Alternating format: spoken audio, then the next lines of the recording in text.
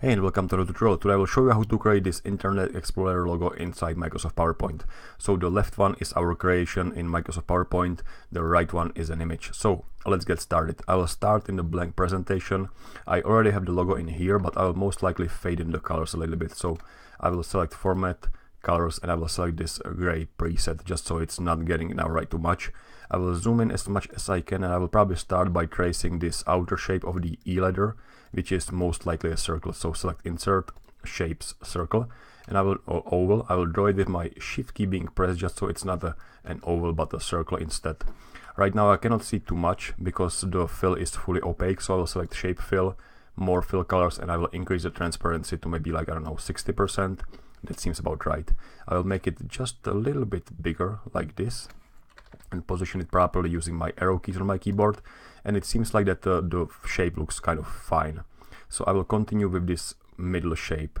This seems to be like an oval but a little bit distorted, so maybe instead of using an oval I will use the rounded rectangle. So insert shapes and I will insert a rounded corners rectangle. But before I do that, I will right click this shape and select a set as default shape. That will cause that all the newly drawn shapes will have this fill and outline property. So if I now select insert shapes, rounded rectangle, it should be already a little bit transparent, which will make our lives a little bit easier to draw things and draw stuff. So I will position it using my arrow keys and make the right size, maybe like this. Then I will increase the roundness of the corners all the way to the maximum value like this. And again, as you can see, I still have to resize the shape a little bit, maybe like this. Okay, this seems about right. Then I will draw a new rectangle like here, matching the middle part, and I will draw another rectangle which will fill the gap. And I want to make sure that the bottom rectangle is touching the top one. You can see this helper line in here, just so everything is fine. Before I move to the outer part, I will most likely create this E shape. So I will select the big circle and smaller rounded rectangle. I will select Format, Merge Shapes, Subtract.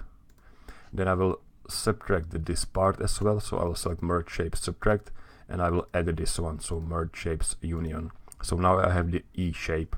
I can probably hide it because it will just, be distracting right now, and I can continue with the outer shapes. And it seems like that those are ovals as well. So I will select Insert, Shapes, Oval, and I will draw it like this and rotate it by, I believe, like 45 degrees. Seems like it is 45 degrees. Position it around here. Now I can resize it to both sides holding the Control key on my keyboard like this. I still have to resize it from the bottom a little bit and from the top as well. You can see that the shape is not matching, precisely. That's most likely because it's not just a distorted oval. It's more like the 3D, rotated thing. That's why those sides are not matching very, properly. But I believe we can still go with this shape. And when you move the logo next to the original, you will have hard time seeing the difference. So I will copy paste this shape, and I will move it in the middle and resize it from all the sides. And I have to match this line and this line, and of course this line, top line.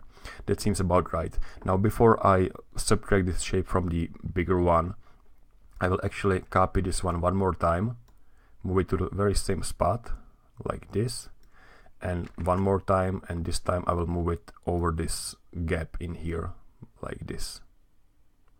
Maybe I'll rotate it just a little bit, or make it smaller. Maybe I will make it smaller, just so that the gap is not that big. Then I will select this shape. Actually, I will hide those two shapes. I will select this shape and select Merge Shapes, Subtract.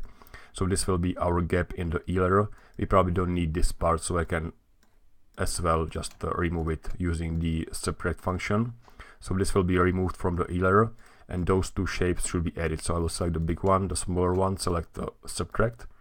Now if I show our E letter, we can show the logo next to it. So I will show the logo next to it, so you can have something, some reference.